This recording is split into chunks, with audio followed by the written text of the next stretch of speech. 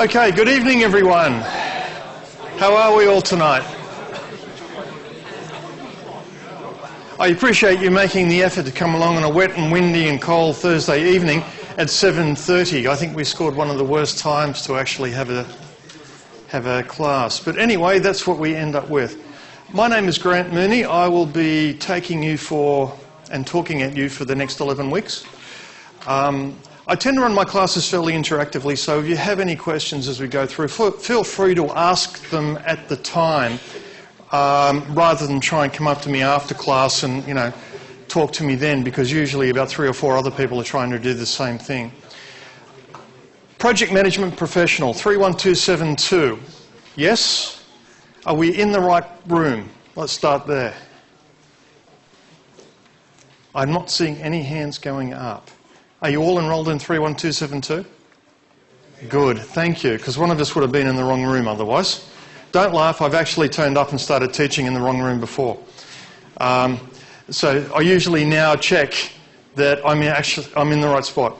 Okay, just to get things underway, we're going to be talking a little bit about stakeholders. Now, there's a lot of stuff on UTS Online that I've already put up. I'm not going to cover certain things, but if you take a look at the introduction video and you take a look at lynda.com, which is up as a recommendation for project management fundamentals, it will actually cover off some of the basics for you.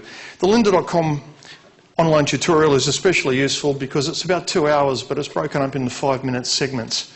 So you can, do half an hour or whatever of 3 or 4 segments and then come back at some later time to pick up the rest. I haven't made it a mandatory requirement for taking this class, but it is a recommended nice foundation for you. If you get the time to do it, I would recommend that you pick it up. Okay, who knows anything about project management? Who's actually done a project, worked in a project environment? Anyone? 1 hand, 2 hand, 3 hand. Okay, we've got a few people, 4, maybe a half dozen people in the room. Okay, that's fine. That means I can pretty much talk at the rest of you and you can't contradict me because you won't know anything different. Let's kick off with talking about a few things. First of all, the context of project management. We're going to be covering off a little bit about project success and the criteria that go along with it. We're going to be talking about the life cycle management framework, stakeholder management and communication management. You'll probably notice I tend to walk around a bit. I'm a bit of a pacer. I don't sit up behind the lectern and hide there. So don't be surprised if I end up walking right past your chair on occasion, because just for no other reason than I want to stretch my legs. But if you're here for the right reasons and you actually want to learn something about project management, I do have a background in it. I did work in information technology. I'm not an academic by trade. I kind of fell into this about 10 years ago. Before that, I worked for IBM for about 9 years. Ended up being a technical services manager, then moved on to being a professional services manager, then a consulting director, then a general manager, and then a managing director. So I've worked for project managers, I've been a project manager, and I've run teams of project managers. So I can look at it from multiple different angles. If you pretty much ask me any question, the likelihood is I can at least take a stab at it. So feel free to ask me anything. If you think that what I'm saying you disagree with, feel free to disagree with me. Tell me why, and I'll tell you why you're wrong. Okay? So let's move on and talk a little bit about some of the things. What's a project? Let's start there. What is a project? Anyone hazard a guess? Take a wild stab by looking one page ahead in the notes. What's a project? Yes? A goal to achieve something. A goal to achieve something. Half right. We're missing a couple of key words in there. What are the other things that would denote whether something's a project? A bunch of people, communication, different duties, and achieve a goal. Bunch of people, communication.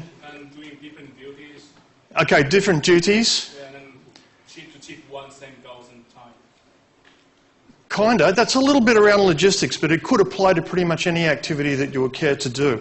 Was that a hand up at the bottom? The back, yeah? Yeah, a whole into which businesses pour money in hopes to answer a question no one asked in the name of delivering business requirements. That sounds more like government, actually. But yes, I have been involved in projects like that, so I won't necessarily say that you're wrong. Realistically, a group of people coming together to answer business requirements based on a need that someone has identified. Yeah, okay. People coming together to answer a business requirement that people have identified. Again, sort of, but not quite there. Yeah? I think project is the logical steps you take when you're reaching for a goal. Okay, a logical series of steps leading up to a goal. Again. What's the one thing that I haven't heard so far? Everyone is talking around the right story. You're all actually giving me elements of what I would believe would be part of a project management definition, but there's one key thing missing from all of this. Anyone hazard a guess?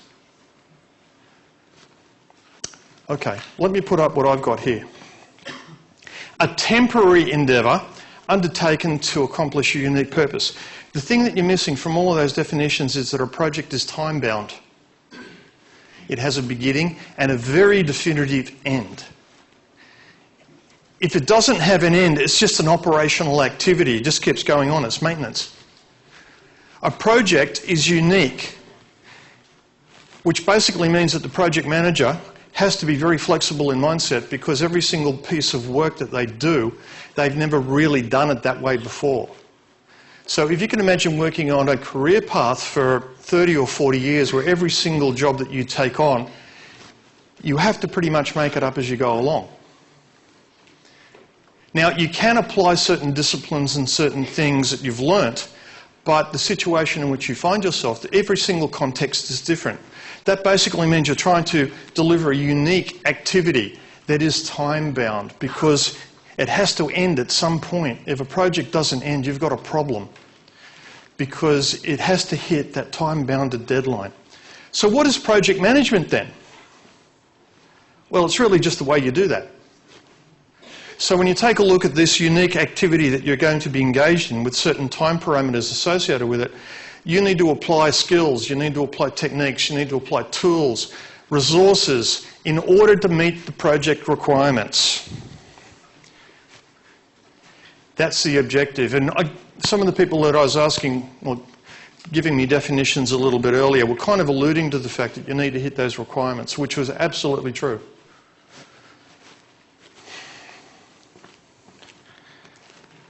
Let me just come across here, and I'll do this. We'll see how this goes. I like showing this little video just because it's fun.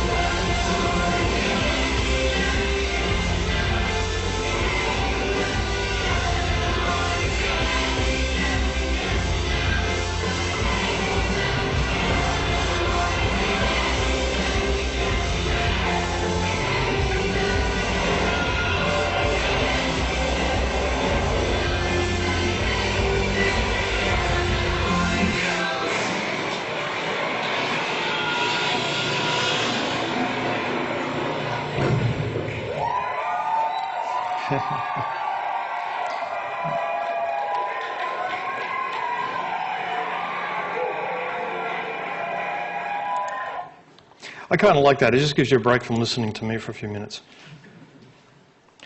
Let me ask a question. Is that a project? That music video? Is that a project? Who says yes? Let's do a quick show of hands. And you're not allowed to say that you're sitting on the fence. You have to put a hand up. Who says yes? It's a project. Who says no? It's not a project. One. Okay. For those who say it is a project, can someone give me a reason why they believe it's a project? Yeah? So there's an objective of trying to get an audience. Yes? So, and you are trying to make something in order to achieve that goal. So the Rube Goldberg machine is something that seems very complex, but in the end it's trying to achieve a very simple objective, which is Okay. being a pivotal object. So there's a lot of organisation to achieve a particular objective, which is certainly project-based. Yes. I would agree with that definition. For the people who said no, one or two, why would you say it's not a project? Because it's already made its deadline, so it's no longer a project. Ah, now there's an interesting one. Okay. It's already met its deadline. It's no longer an ongoing project. It's a completed and finished project. So there is an implication there that, yes, it is a project, but it's one that's already been closed. Would that be successfully? Am I saying the right thing here for you? Okay. Were there any other thoughts on why it may not be a project? Yeah? There's no time constraints left. It's the outcome of a project. It's not a project.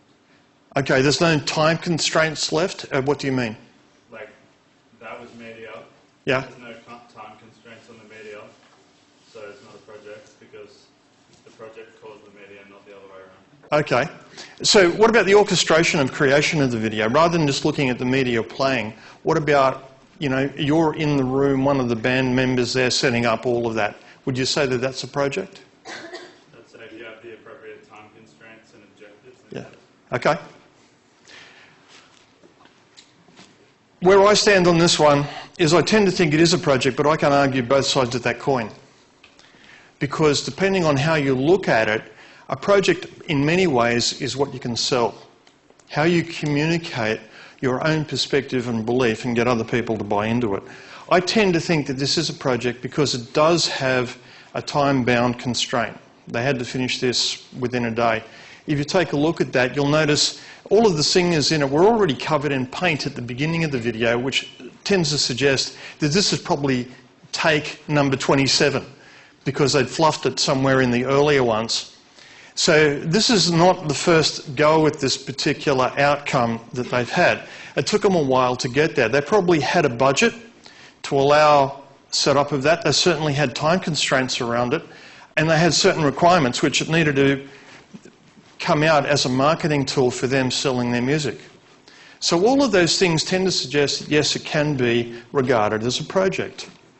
But again, it's depending on the perspective and the argument that you put forward, like most things in life. So, why do we need project management? Well, there are some reasons for it. If we take a look at a few, examples here. Without careful planning, things sometimes go wrong. The Australian Parliament House went from $220 million to $1,100 million. And it was 5 months late. The Collins-class submarines, 3900 to 6000, 3 years late. Sydney Opera House started at $7 million. That was its original budget. You know that white building down there on the edge of the harbour? $7 million was its original cost. It ended up costing $103 million and came in 10 years late. Taking a look at these are not successful project management activities. Now, who likes the Sydney Opera House? When you think of Sydney, who thinks of the Sydney Opera House on the edge of the harbour and the harbour bridge in the background? I certainly do. And I tend to think it's one of the most architecturally interesting buildings in the world. It's terrible as a music hall. It was originally put together to be a concert hall, but the acoustics were never right. They had to rebuild the thing multiple times because the engineering never worked. And it ended up going out year after year after year without delivering anything. Eventually, it got there. But by the definitions of project success, it did not meet the definitions of a good project management activity. But whenever you think of Sydney now, it's very hard to think of a postcard of Sydney that doesn't have the Opera House and the Sydney Harbour Bridge behind it. It has become an icon of what Sydney means. It's like when you see that on a photograph somewhere, you automatically think Sydney, because no one else has a building like that. They've got their own distinctive features, but that one epitomises Sydney. Now, this is something that they hadn't really thought about at the time that it was being built. In other words, the objectives and the benefits that came from having that building there were not the ones that they originally thought. It was meant to be a concert hall. And it just happened to be that they built it down there on the edge of the harbour because, you know, that's kind of what you do. As it turned out, it's a major tourist attraction. It sells Sydney and Australia. It attracts tourists every single day. So from those point of views, you could say it's one of the most successful buildings in the country. Yet if you look at these numbers, you'd have to think that's absolutely a failed project. Now this is where the difference between project management and project success come into play. If we take a look at the basic definitions of what project management success is about, we have what we call the triple constraint. On time, on budget, and it meets the requirements. Those are the three clear criteria for a successful project management activity. If you can do all of that, then they generally say it's a successful project. Yes? It's sometimes also referred to as the iron triangle because those three things bound quality. The other thing is that when you change one of those axes, if you extend or shrink the time, you've also got to change the budget. You've also got to change the scope. Because if you've got a shorter time frame, you just can't do all of the work that you need to do, so therefore you may have to do less work. Or you need more money to go hire more people to help you. So when you change one of these criteria, the others change as well. But these are the three standard measures of what it means to be a successful project management activity. However, there are some other ones that come into play as well. So a successful project delivers functionality, meets its quality thresholds, because that is an important one. It doesn't really help if you bring something in on time, on budget, and the first thing that happens is when you touch it, it breaks. Achieves stated business purpose and objectives, finishes on budget, time and requirements, and the key stakeholders are happy with the project outcomes. Now, imagine you're the project manager working on a particular activity, and this activity is going to go for about 2 years. It's a long-term project that you're working on, big IT infrastructure project. Which one of these would you sacrifice if you had to? Would you sacrifice time, money? Would you deliver less scope? Let's just do a quick check here.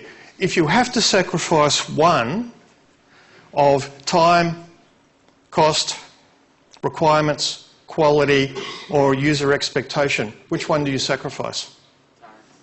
What time? Why? Why would you sacrifice time? I think that's the least important. Okay, because it's a little bit more flexible. What if I told you that this project that I've asked you to run is the Olympic Games? And, you know, you really can't go up to the, organising committee and say, we're running a little bit behind, can we just postpone the Games about 3 weeks? There are some times when you are absolutely time-bound. You've got to do something like that. It's a good thought, but I'm putting out the counter ones. I'm doing devil's advocate on some of these. Yes, well, there was another one there? We tend to, well, I was going to agree with scope with some notable exceptions, just because we tend to think whether it's logical or not, that it's the most kind of forgivable one. Okay. And then if time is not forgivable, like the example you gave of the Olympic Games, probably scope, where it's not quite as nice or as fancy as you'd want it to be, but at least it's there. Okay, so the quality suffers, but you deliver something according to the deadline that you had set. I'm sure many of you have done this with your student assignments for different subjects. I'm sure I'll be seeing similar activities for this class and others that I'm involved in as well. You get to the point where you are time bound, you have to deliver something, and oh God, it's good enough, it might get me 51%. Yeah, I've seen this many times. And it is the way humans behave when they come into those types of constraints. Let me turn the question around. What is the one you absolutely do not sacrifice? Of time, cost, quality, scope,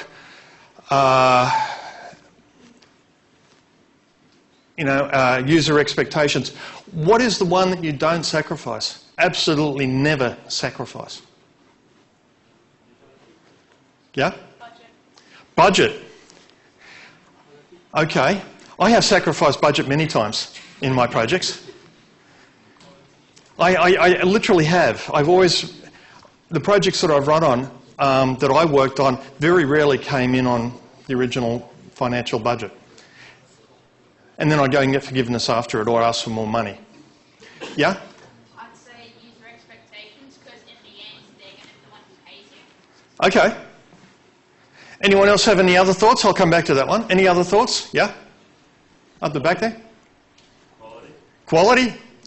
Okay. What happens if I can deliver quality, but it's going to take me a century to get there? Then you manage your expectations to deal with that. All right, so we come back to user expectations again. And there was another one just up the back there? Okay. Okay, you guys can all be project managers, because I think your mind's in the right spot. The thing that you don't sacrifice overall is user expectations. Now, there's a problem with this. But before I go into the problem, let me just say that 5 years after a project is delivered, no one's going to remember that it came in 2 weeks late or ran $10,000 over budget. What they will remember forever, memories like elephants, is that they absolutely hated the project you created for them, or that they loved it. They will remember those for the rest of their natural life. I mean, I've worked on some really interesting projects along the way. Some I loved, some I hated. But the thing is, I literally cannot remember how much over budget I ran on some of these projects, or how significantly late I was. I mean, I wasn't months late on some of these, maybe a few days. But I absolutely know where the ones I'm proud of occurred. And I know which ones the user base, the stakeholders come up and said, Grant, that was great. And I know which ones I said, I'm going to hate you for the rest of your life.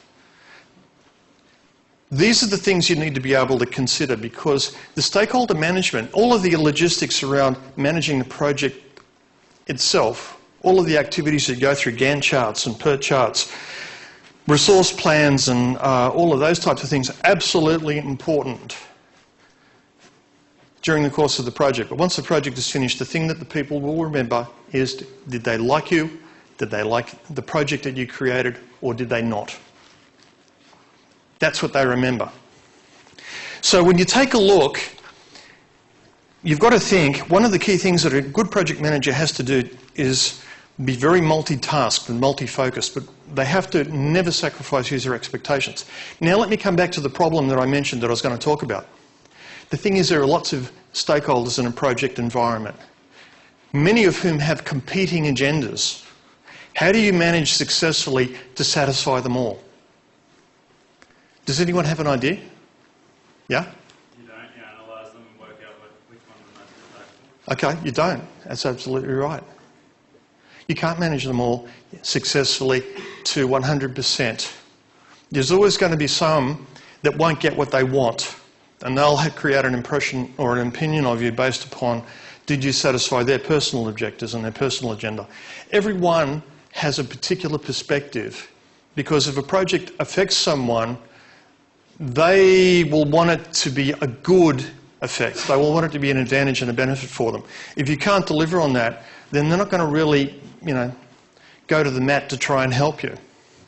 So you need to prioritise, once you've identified all of your stakeholders, you need to prioritise which ones you absolutely have to keep on side, and which ones you can kind of safely triage and put aside. Now, that isn't necessarily a good thing all round, because you never know, if you've guessed wrong, the stakeholder that you thought you could ignore for most of the time, 2 weeks after you've really, really irritated them and stressed them out, they get promoted, and then suddenly they're in control of your project, or at least in an aspect, so you can control of your project budget. So you need to keep a really close watch on who your stakeholder groups are, because they keep changing. Now, project outcomes. 1994, a group called the Standish Group put together what they call the Chaos Report. Now, the Chaos Report is a report of the success and activities around project management as a discipline. And they've been reporting on it regularly every 2 to 3 years since 1994.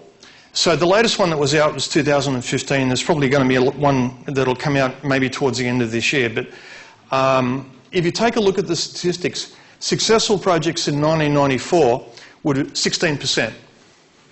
In 2015, 29%. We've almost doubled our success rate. Who thinks those are good numbers? Let me take the other kind. Who thinks they're not good numbers? Who's not game to say? Pretty much everyone else. Okay, let me put it with a different point of view. You've turned up at Sydney Airport and you're going away with for a weekend with friends or whatever down in Melbourne, and you turn up at the airport and you're going up to the counter of the aircraft or the airport check-in, and you're getting your ticket and your boarding pass, and the person behind the counter says, "Congratulations, I'm sure you'll have a lovely trip down to Melbourne. We've got a success rate of only 29% of our planes landing successfully. The other 71% drop out of the sky and crash somewhere between here and Melbourne."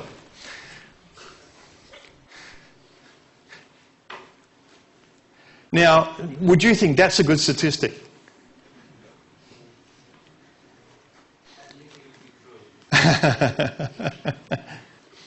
Okay, well, you're going in for a minor surgery, a minor operation, just to have a mole removed on your leg, or maybe, you're just getting a couple of stitches and, you cut yourself. And, the doctor says, "Oh, well, thank you for coming in. And, you've got a 29% success rate of not losing the limb by the time you walk out of here in 15 minutes. Because I'm so bad, I just keep slipping with the scalpel." Is that a good statistic? Would you do that? Name any other industry where these sorts of numbers would be acceptable, but we deal with them in information technology and information systems all the time. Yeah? Would it be in relatively new medical scenarios where not much is known about a particular disease? The kind of survival rates of, say, a particular cancer. Okay. Let's go pancreatic cancer. Okay. Would you volunteer for an experimental procedure that has almost a 70% chance of killing you right then and there? Well, pancreatic cancer, if memory serves, is a 90% mortality rate in 5 years. So 70% versus 90%, I'd say yes. Okay. It's a decision that you might make, but the chance then is that you lose your life now rather than 5 years' time. So maybe you're going to do that. I don't know that I would necessarily want to try that myself. I want someone else to try that for about the first 3 years, and then about year 3 I'd put myself forward for it. But other people, different decisions. But think about it. What do we do in the information technology industry when something goes wrong? You're sitting there and you're doing things on your Apple iPad or Microsoft Surface or whatever, and you get the blue screen to death, there's a hiccup in the Wi-Fi or whatever, and the screen goes blank. What do? You press the reset button.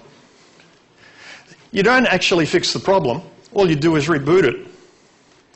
And typically that's how we do things.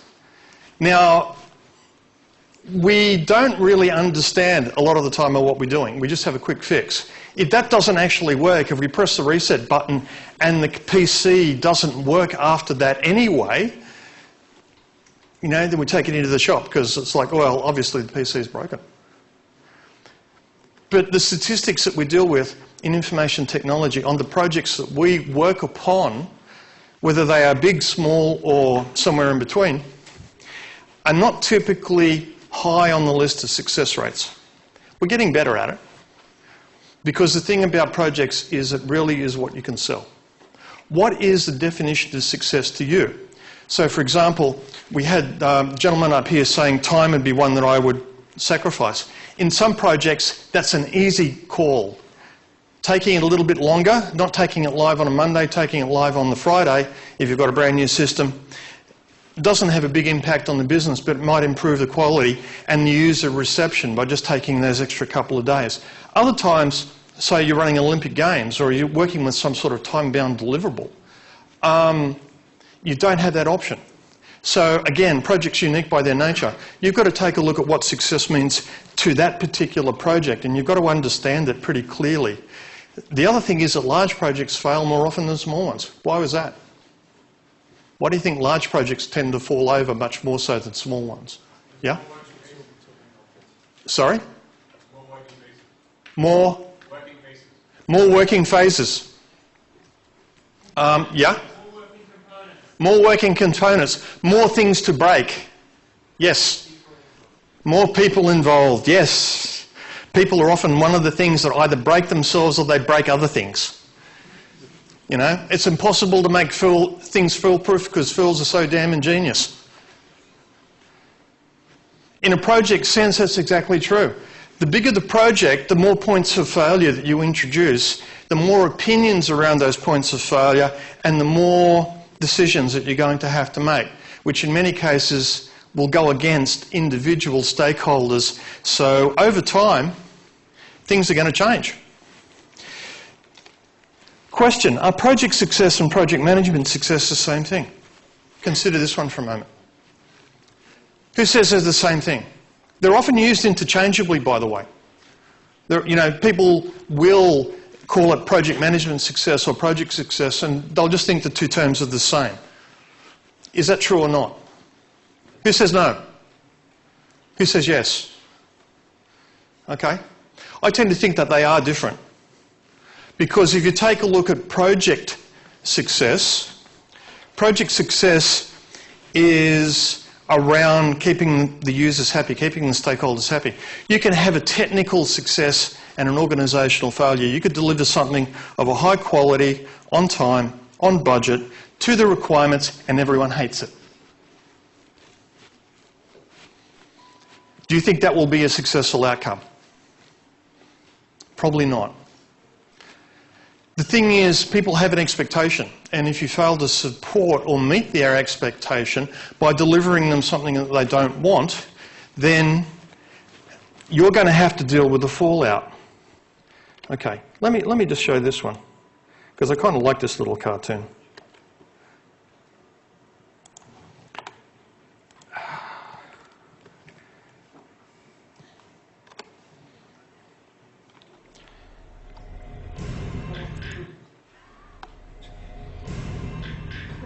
How many sizes does Pentagon have? What causes disease? Okay, let's skip the ad.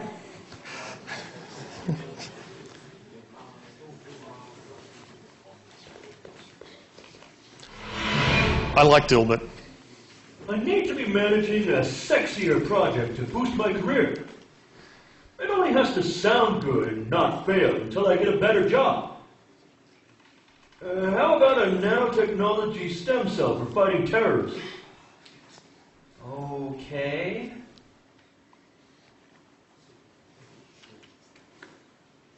This is the bare minimum budget I need for my project. What could you do with half this amount? Fail. When could you start? I think I just did. I'll ask the vendor for ballpark prices to see if the idea is feasible. You can't talk with vendors until our change control board approves the project. But that would require a cost-benefit analysis. And I can't do that without ballpark prices from the vendor. Just take your best guess. So I should make up a number so I can get approval to make a phone call and ask what the number should have been? Right. But first you need to get my approval to do the cost-benefit analysis. Will you approve it? I'd have to see the numbers.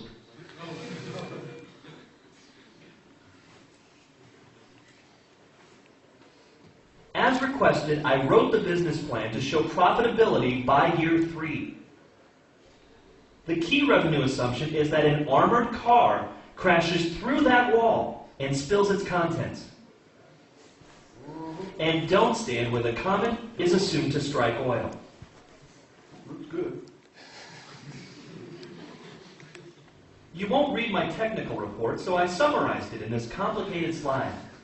If you stare at it long enough, you will either experience the illusion of understanding it, or be too embarrassed to admit you don't. Do you have any questions to betray your ignorance? I have a question. Is the triangle thing mad at the tube?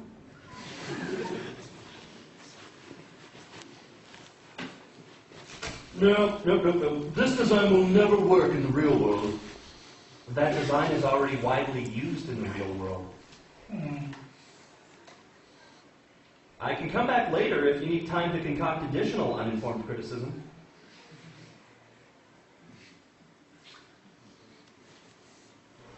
I didn't know how to design a power supply, so I put a nail in a piece of wood. I'm on vacation tomorrow, so I'll give you my files in case you need to make changes. Once I hit the idea, it all came together pretty quickly.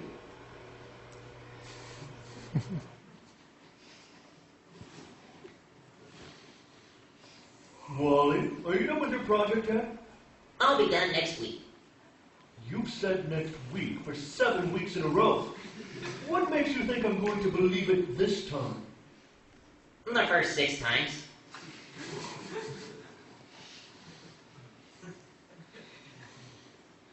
So, how's your project coming along?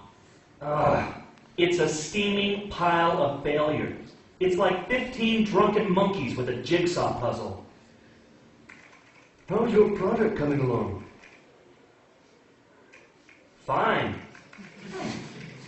The results of our beta testing are in. Our user interface triggered widespread despondency and self-mutilation. Obviously, we'll need to delay our launch for the public good. When did you become a communist?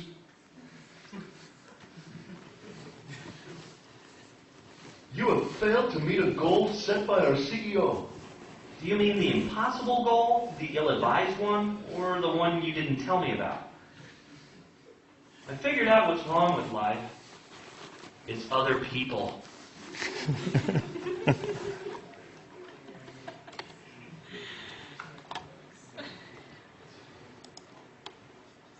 Our company has...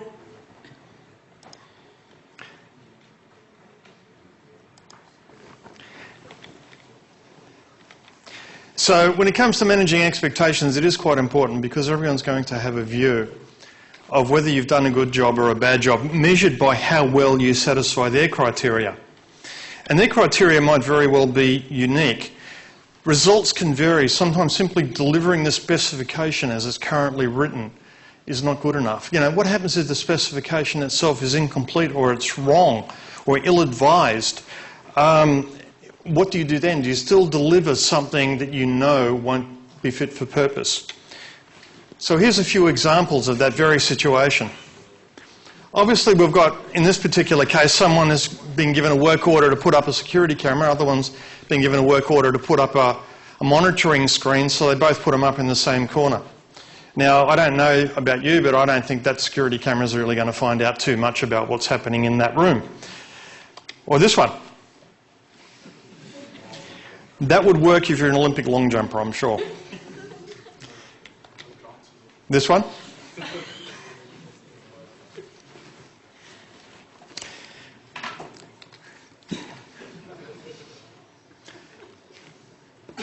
For that one, you're going to need a crash helmet because you're going to be beating your head against the roof as you walk up those stairs. Here's a similar thing with an escalator. Now, do you think that the stakeholders are going to be very happy? Imagine going into a shopping centre and riding that escalator up to the next floor.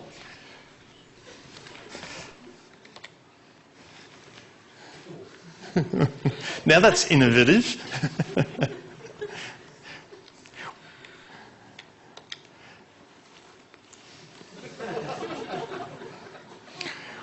We've got a beautifully constructed balcony, just know where to get to it. This one, you're going to have a beautiful view of the oncoming train.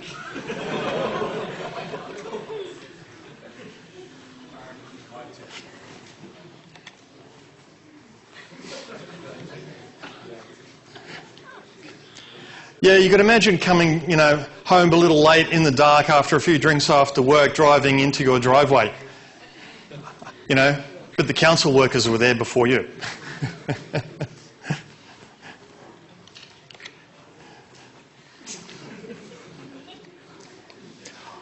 Obviously, the plan and the reality don't quite match up on that one.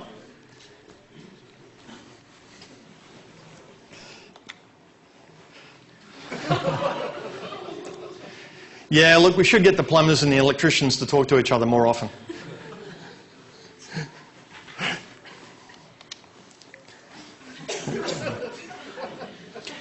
Clearly, when the bank was trying to put in its ATM, it measured the floor level from the inside of the building, which was probably higher than the outside, but then they had the entrance for it, or had the operational panel for it on the outside of the building. That doesn't quite work. My personal favourite. Yeah, look, you're going to get two big men standing in the corner. It's like, oh, move out of the way. Either that or, I'm so good, I need two.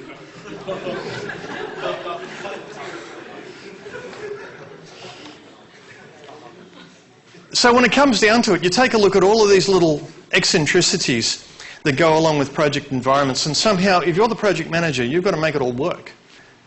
And a lot of it is around understanding what it is that people really want rather than just what they say they want. Because I can tell you from my own experience, sometimes when you talk to stakeholders, actually a lot of the time when you talk to stakeholders, they won't know what they want, but they can categorically tell you what they don't want. So sometimes you've got to go through a process of elimination. It's like, you want blue? No, I don't like blue. Do you like green? No, I don't like green. How about red? No, I don't like red. Let me do it in yellow. Oh, yellow might be all right. Sometimes you have to walk through that process. So one of the key skills that you'll see project managers, good project managers, have are very good human communication skills. If you take a look at the top success factors, the top 10 success factors for bringing in projects successfully, 4 out of the top 5 are people related. Getting support from your own management, emotional maturity, getting users involved and actually making them part of it and making them want to do that.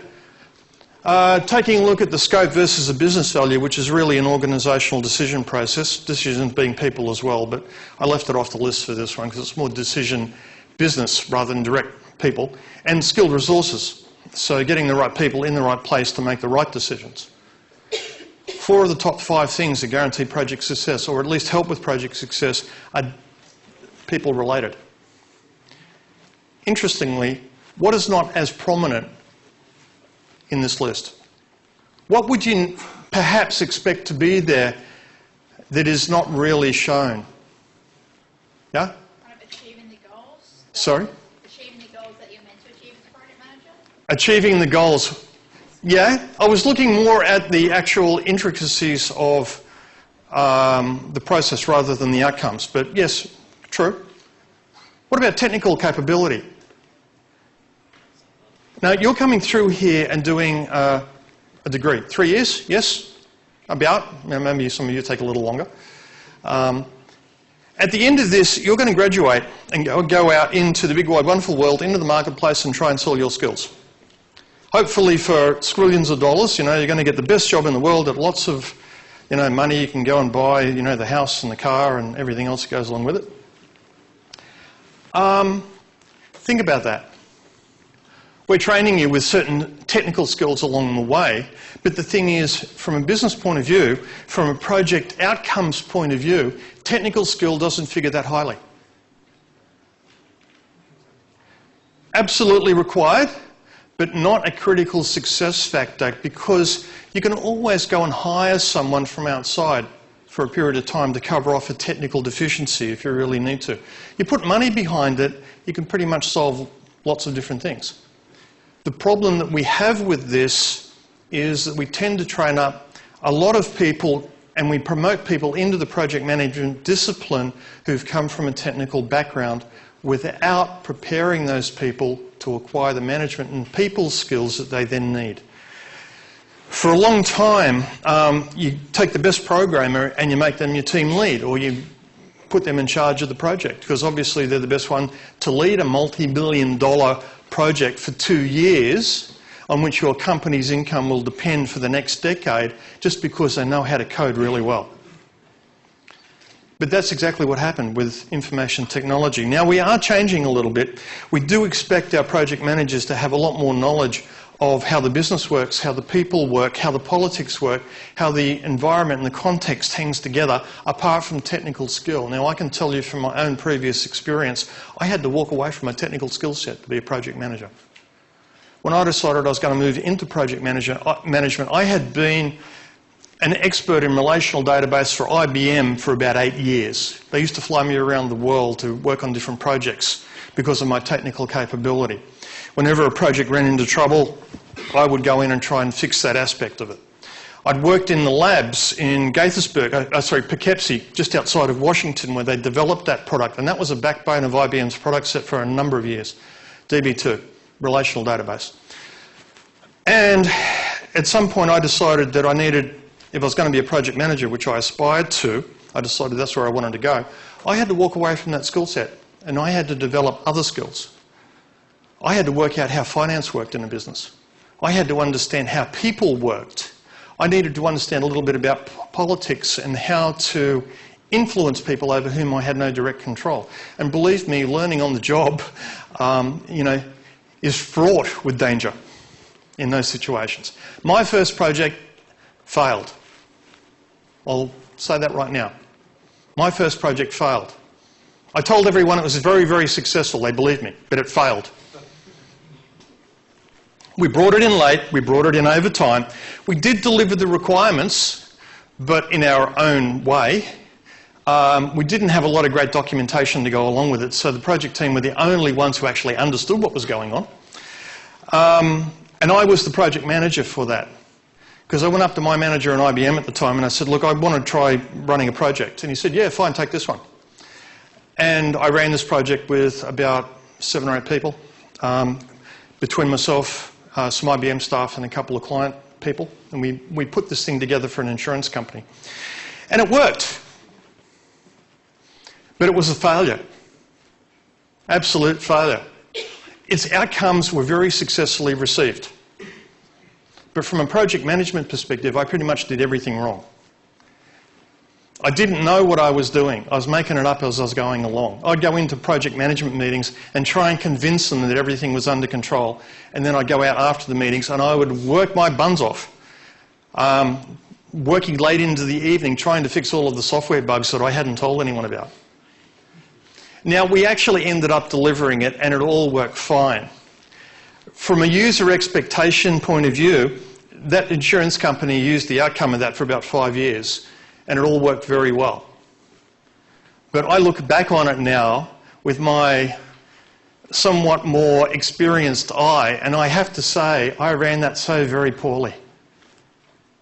But I was able to sell it as a successful project. Yes? Is it acceptable to say it was successful if it wasn't? I don't know. What would you think? Ethically, would you say yes or no? I'm asking you because I want to know your opinion. It depends on the situation. I would typically say no. If it's really coming apart at the seams, people have to know that so that they can start fixing it. The difference on this particular project, both companies that were involved, the client and IBM, knew I was a neophyte project manager, that I hadn't done this before. And they were very, very kind in giving a project that was not mission critical. It failed. If it failed, it would not really affect anything.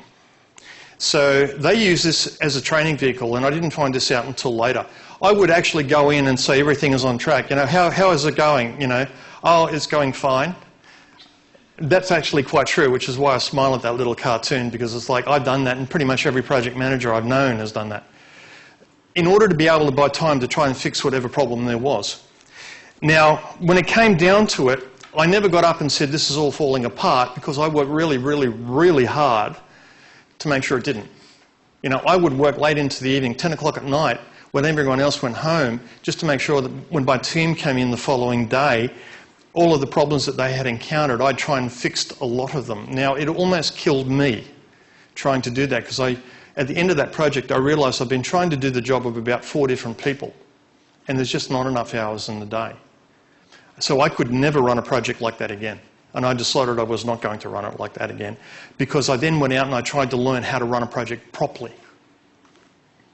And that worked. But the companies involved knew that it was a fairly tenuous outcome they were looking at, because none of us were experienced on that team. The developers weren't particularly experienced. They were fairly new at their roles, and certainly I'd never run a project of this magnitude before.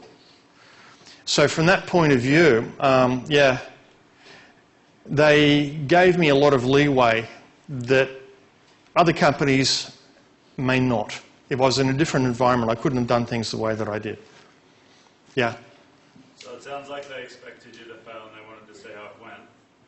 Did they have an opinion about when you said it went well and it didn't? Well, it did go well. That's it. That's in terms of outcome. We delivered the outcome, and that's all they were looking for.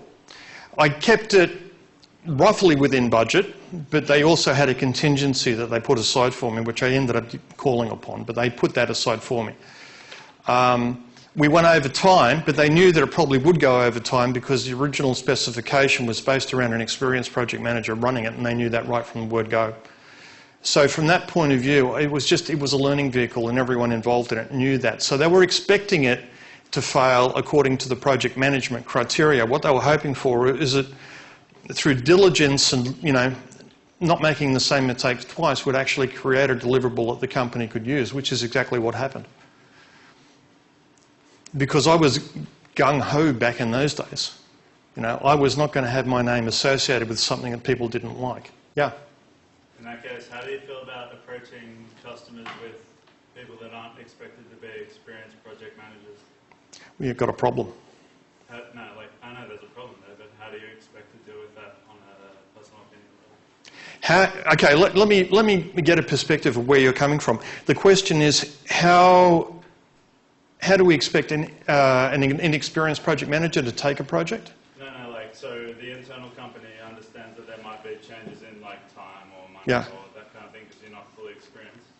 How does the company present that to a client that doesn't expect to have an internal lower level project manager than a fully experienced? It depends on the relationship that you have. We had a very good relationship with that client, and I had a very good personal relationship with people in both companies. So when I asked to take the project, I was the natural one to step into this particular role because of the relationships that I built. And those relationships helped me manage the user expectations because they knew that I was learning on the job and they were giving me bandwidth to do that. Now, I won't say that would happen in a lot of companies. If you expect an experienced project manager, then you expect certain things to happen in certain ways. So I was inexperienced and they knew that from the start. So there was a lot of stuff going on there that I wasn't particularly privy to, but they were deliberately using this as a training exercise for me so that I could gain management skills, and I ended up running a group of 18 people in that company by the time that I left. My next job after that was as a principal consultant for Southeast Asia, across Asia Pacific, and I ended up leaving that next job as the acting general manager for Australia.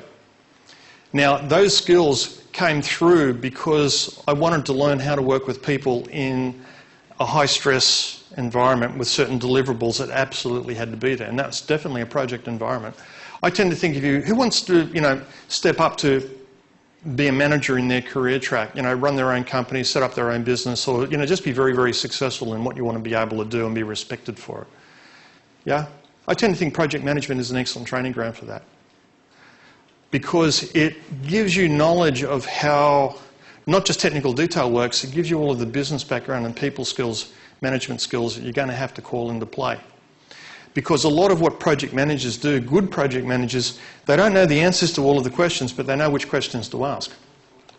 So when you take a look at it, there are 10 knowledge areas associated with project management, according to the Project Management Institute, which is kind of the core body that keeps statistics and knowledge for the project management discipline. There are others as well, but I kind of like this one. I'm a member of it myself.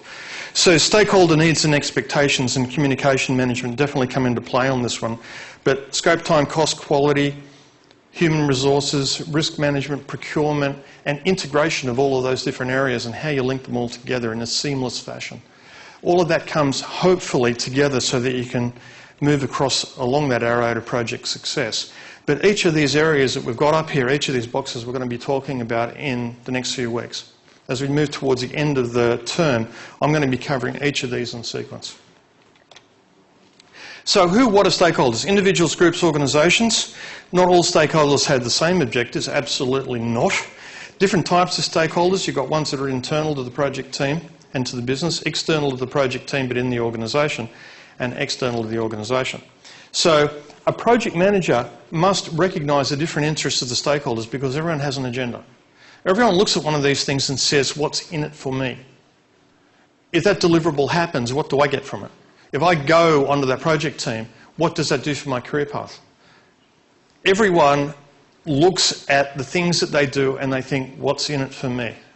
You're sitting here in these chairs because at some point in the fairly recent past, in the last couple of years, you decided getting a university degree was a good thing for you. And that's what you wanted in order to be able to leverage further outcomes down the track. Otherwise, you wouldn't be here. Coming to university is a lot of money. It can be fairly high stress, especially coming into the end of term when you're going to have lots of deliverables from lots of subjects all happening at the same time. Why would you put yourself through all of that unless you feel that you're going to get something back from it?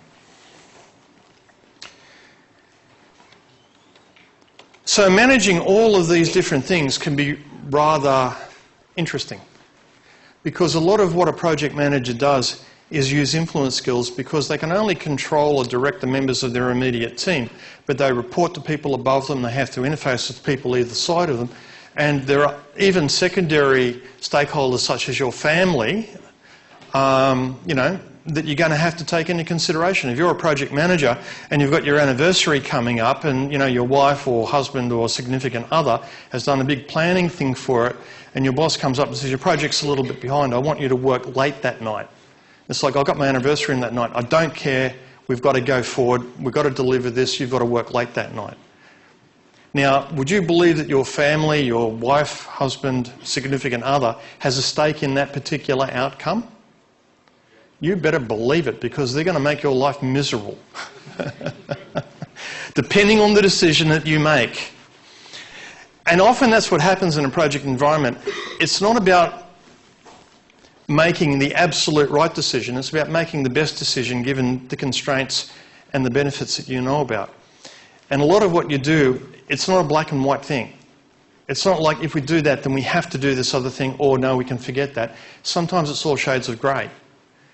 Sometimes you've got a collection of options, none of which stand out as being the best alternative, but yet you've got to make a decision.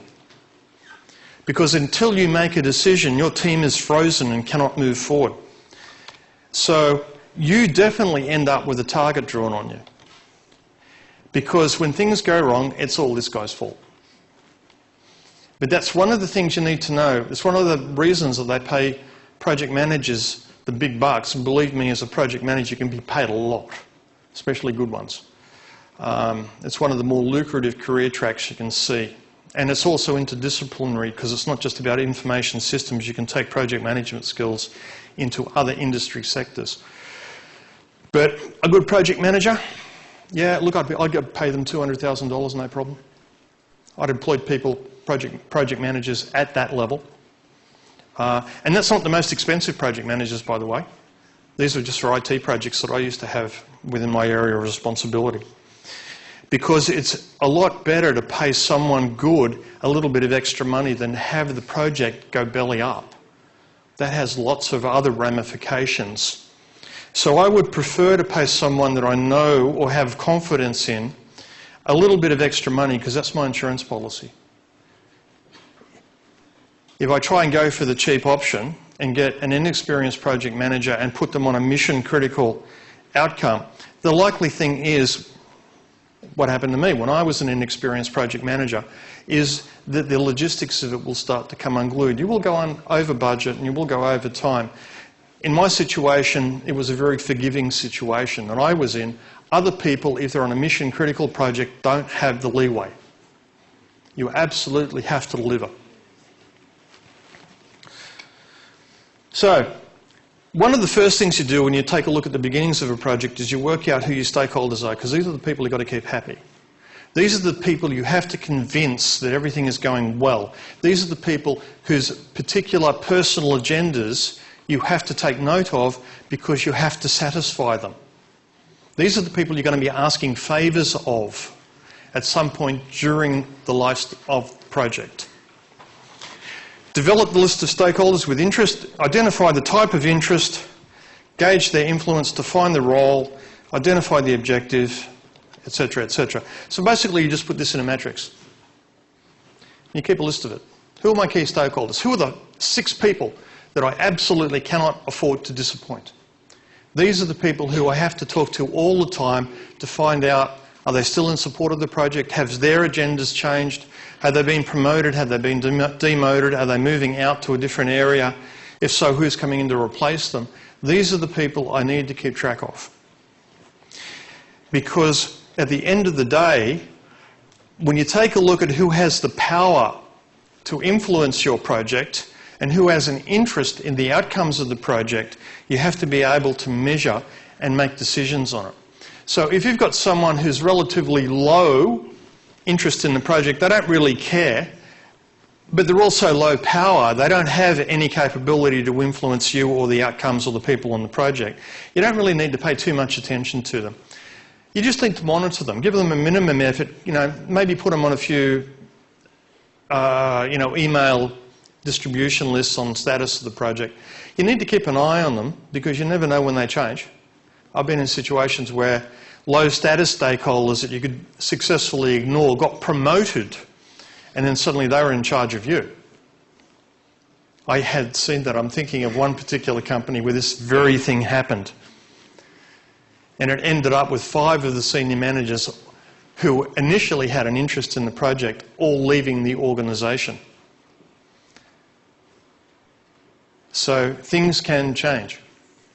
Those who have a high interest in the project because they have a stake in the outcomes and it's part of potential benefit to them to see the outcome happen, and also have a lot of power in the organisation, such as the Chief Executive Officer, for example, or your immediate boss. Maybe they're going to get promoted on the success of the project you're running, so they want you to be successful with this project because their own income and promotion track depends on it.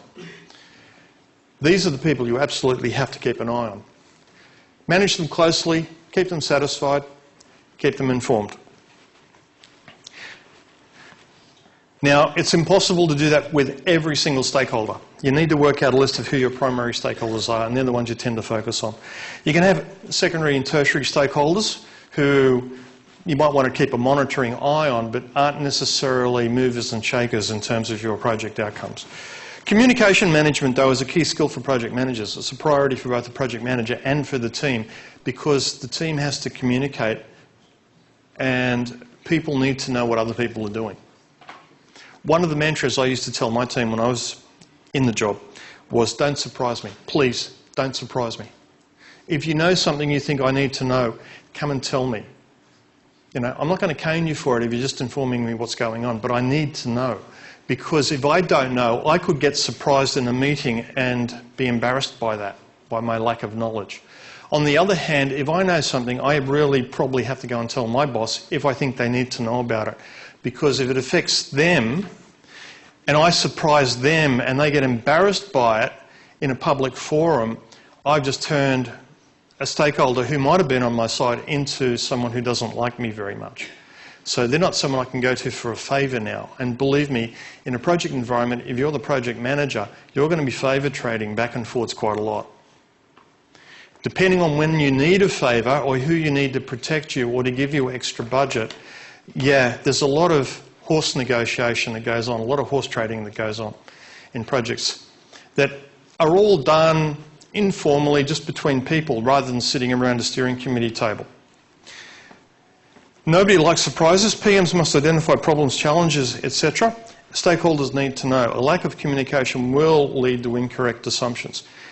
If you give people the wrong information or don't tell them information that they need in order to be able to make correct decisions, then they will make incorrect decisions and they will blame you for it. That's not a good place to be in. So, communication management. How will the information be stored? What info goes to whom? How often? Who can access the information? Who will update the information? And all of that. Pardon me. So a detailed stakeholder analysis is a prerequisite. You need to understand who it is that you need to keep in the loop. Who is important to you and to the project outcomes, because the project manager, their job is to deliver. They have a mandate to actually create an output.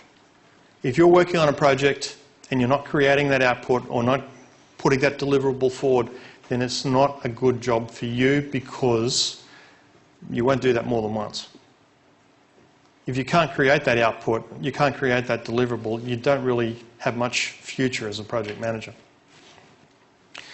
That often means project managers can be very hard in what they say to people, because they have to force that outcome to occur. And it's always nice to be known as a good business manager and a good friend to the people on the project team, but if you have to sacrifice one, the project manager is paid on creating an output. And sometimes that might mean that you've got to overuse people that you would not normally want to. The way that you do that then is you have to make it lucrative for them enough, give them bonuses, give them time off after the particular problem has occurred and been fixed. You need to show that if they're giving you support, you have to support them back. There is an unwritten contract between a project manager and the project team, one of trust. You can use them, but only up to a point, and you need to recompense them appropriately. If you break the contract, then they won't save you when things come unglued, and believe me, at some point they will. So one of the things you have to earn as a project manager is the trust of your team. They have to know that they're working for someone who will look after their interests and protect them so that they can deliver what they need to deliver for you. There's a skill set involved in that. That doesn't happen automatically. No one walks in and says, I don't know, you're a total stranger, but I will die in a ditch for you. That doesn't happen. You need to create a circumstance whereby there is a mutual advantage to the relationship going forward. So here is an example of a communications management plan, just a very simple one. Who is the receiving stakeholder? What type of report? When it's due? Produce the name, delivery format. And this just gets sent out via an email, or it can be distributed as part of a status meeting. Or it can be just sent to people maybe every 3 months who need to know what's going on. It doesn't have to be too administrative. If anything, you want to save on the administration where you can, because that effort is better used elsewhere. But people do need to be informed. The right people, anyway. So is stakeholder engagement the same as stakeholder management? Who says yes, who says no? Who says yes, stakeholder management and engagement are the same thing? Yes? One hand? 2 hands? 3 hands, maybe? Who says they're different? Got a few more hands going up. For those who said it was the same thing, what were your thoughts about that? Why do you think it's the same thing? Anyone has a view? Well,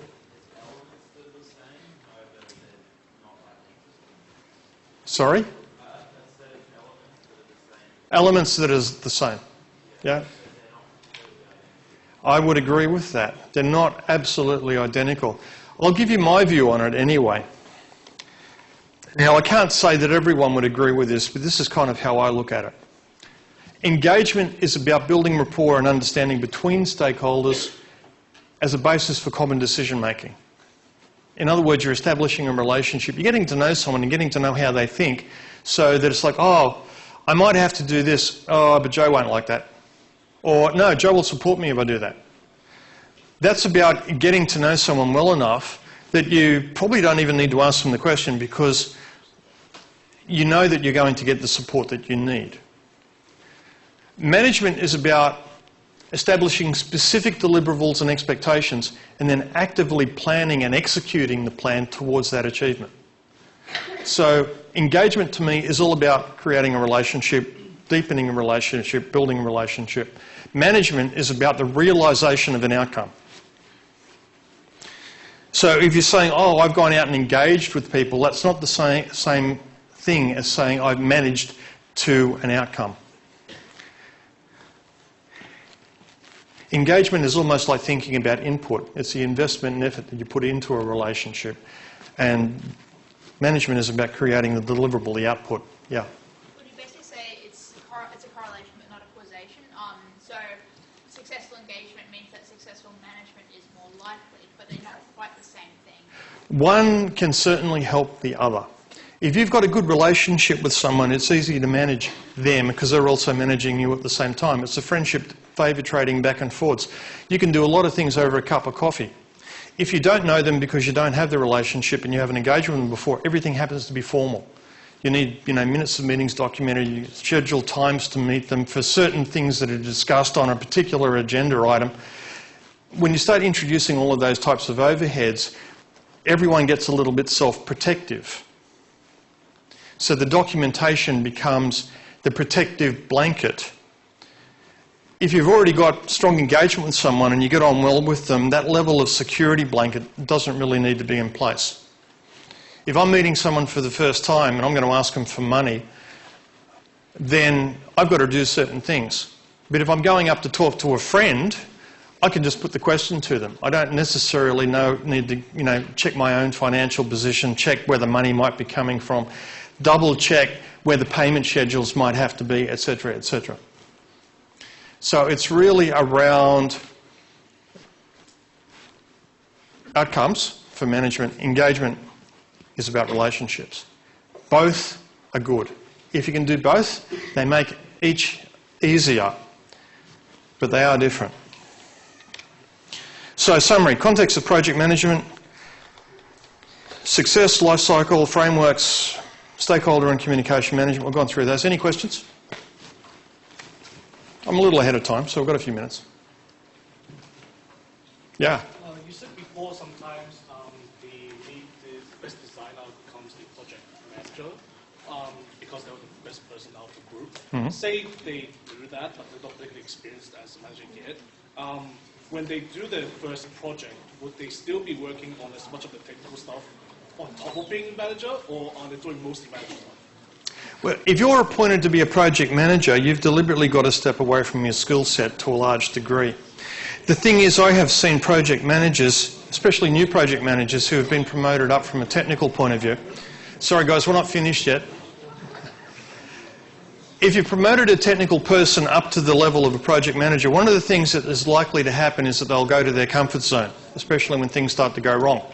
They will, because they're an expert in their technical field, they will try and do the job of technical expert, which means if you've got a project manager now doing a technical role, no one's running the project. So you need to get that project manager back into a technical role, because that's obviously what they love, and that's where they'll get most of their job satisfaction. Or they need to decide that they have to walk away from their technical skill set and let that atrophy while they become better at being a project manager. I mean, that second choice is what I did. It wasn't an easy choice. I was a technical person for about 9 years, and it got me a lot of accolades and a few, trips around the world, and, a couple of awards from my company at the time, and I deliberately had to step away from all that and be a trainee project manager. It's almost like retraining yourself and starting over. The quiz I've got up here at the end, I put them up at the end of each of my lectures. I'm not going to go through them. They're more for your benefit, because I'm telling you now that at the end, you have to pass the exam. This subject has an X grade, which means that you need to get 50% or more in the final exam. And I cherry pick my exam questions from these lists to a large degree. So if you can answer these questions at the end of each of the lectures, you've pretty much got the list of exam questions, or the pool of exam questions that I will use to draw upon. Any other questions? Okay. Assignment 1 and Assignment 2 are already published. Next week you'll have tutorials at your normal tutorial time. There is nothing this week. And in the tutorials you will find that you have to run workshops. Every student has to be in a workshop group because they're assessed. And they have deadlines and they have deliverables, and you're going to have to manage your teams of people. Okay. It's coming up late on a Thursday evening and I'm standing between you and the door, at least figuratively. Go, have a life. I look forward to seeing you all again next week. For this quiz is for the tutorial quiz, like 15% for the one. No, these are just for you to make sure that you know the material. Yeah. I put up these lists of questions so that if you can answer these questions, then you understand the class that we've just had. This one for the final exam. Well, there's about 24 questions in the final exam, and I put up about 10 questions after each lecture, my final exam questions. Many of them come from these lists. And the final exam, maybe 2 of this 10. It changes. I won't say that it's absolutely guaranteed. But the concept is similar. Yeah, I got it. So by the end of the semester, you'll probably have about 110 questions. Yeah. I will choose maybe 20 How many questions in the final exam? Roughly around 20. You was mentioning politics being an important part of project management. Yep. Like how, for someone who does, politics would typically be a non-verbal thing, is kind of communicated between people. For someone who's not professed, how do they kind of understand the politics in the business? I never used to be very good at politics myself. You can't help it. But how? For someone who has absolutely no idea, kind of, what would you have kind of told yourself about how to learn politics if you can go back in time? I could go back in time, there'd be lots of things I would do differently in a lot more structured way. I kind of fell into situations that taught me a lot, because I think one of the skills you need is to be a quick learner. You can make a mistake, but you can't afford to make the same mistake. So one of the things to figure out very quickly is that when you make a mistake, you often need people to help you either correct the mistake or to protect you from the consequences of the mistake. So this is what I was talking about favour trading. Guess what? That's politics. Politics is about creating a mindset in people around you. It's about how you influence decision making, and that's really all that politics is about. It's about creating the right circumstances where you can influence a particular outcome, usually through people. You can't play politics if you're the only person in the room. And I will tell you now, because I used to do this as well, you'll see project managers get up at the beginning of a project and they will say, I'm very straightforward, I'm very honest, I don't play politics. And guess what, as soon as they say they don't play politics, they're playing politics. Because they're trying to create a mindset. Now they might be doing it for the best of reasons, because they want the team to come together and they want the team to synergise so they can collectively create whatever the outcome is that they're all being incentivized to create. And they want it to be the highest quality. But one of the things that a project manager will figure out is the best way to go through people to do that, because they won't have the skill set. Once you become a project manager, your technical skills begin to atrophy. They tend to disappear over time. But you pick up a lot of management skills to replace them. You get to know about how businesses work, you get to know how finances work, you get to know how to talk to people, you get to know how to communicate in front of an audience. I used to be terrible at this. You know, you put me in front of an audience. I remember the very first presentation I did, which was in my university days. I had to present my final project and I was about 21 years old. You know, a lot more hair, a lot less waistline. But I literally got up and, you know, I had like a pen on an overhead that I was doing, and the pen was going, and I was laughing because they could see the pen moving like this under the dock pan. Instant polygraph. Instant polygraph. And I was sweating, and my voice went up an octave, because when you get stressed out, your vocal cords tighten up, and you tend to speak at least 1 octave higher. And again, this is part of the skill set you'll find managers tend to pick up. They tend to know intuitively when people are telling them crap, because they pick up these intuitive tells. Women are much better at this than men, by the way. Women tend to be more naturally gifted in this area. Men can teach themselves to do it. You say that, yeah. It's just a trend. If this was statistics, I would be that outlier. On the bell cord, you'll come about it. Yes, and say, oh, why did I have to do that? Well, the thing I found about working with men and women is women will often convince themselves, I mean, I'm generalising here. Women will often convince themselves of the situation where men just won't pick the situation up. You know, men are not very good at reading a situation unless they've trained themselves to do that. Women will go, I'm not too sure about this situation. Oh, no, it'll be fine. You know, a lot of that intuition, you know, this thing about women's intuition is actually true, but then they logic themselves out of it, they talk themselves out of it, they don't listen to the inner voice as much. Basically, from that kind of perspective, I still have that more male thing. I won't sit and I've had to kind of train myself to pick it up. Okay. Everyone has it in different degrees, some more than others. I'm just generalising to say that I tend to see it more in women. Men can be very good at it, but men... And women can be crap. And yeah, well, you know, the bell curve. Yeah. But I used to be horrible at it, but I trained myself. I can walk into a room, I can see who's paying attention. If I ask a question and someone gives me an answer, I can see whether they're taking the mickey or whether they're generally putting an answer up that we can work with. If I ask for a response and someone tells me something, I have a pretty good idea as to whether or not they believe what they're saying. Because that's a skill set that I've picked up as a manager over a 30-year window. And I deliberately, you know, after that first project, and I figured I just didn't run this very well, I figured I needed to work out how to read people much better than I did. So you're basically saying kind of experience and time. Yeah. And exposure to different situations, because the other thing about being able to read people and work with people is cultural differences, genders, age, demographics, geography, all of these things play a part. So if you think, oh, you know, male, 35-year-old, Asian background, they will think this. But then if you try and approach it and use like a 60-year-old female from a Western background, from a different geography, and apply the same rule, you'll find it just won't work. So there is a cultural nuance that comes into play on some of these things. And one of the things you've got to be aware of is that you never go with just one thing. If you're looking to try and read, and actually our last lecture, I'm skipping ahead, our last lecture for this subject, I'm going to talk about non-verbal cues and body language. I'm totally right. Because, even if I wasn't buying to you. Because it's non-examinable, and I figure it's just a nice one to finish up the term with.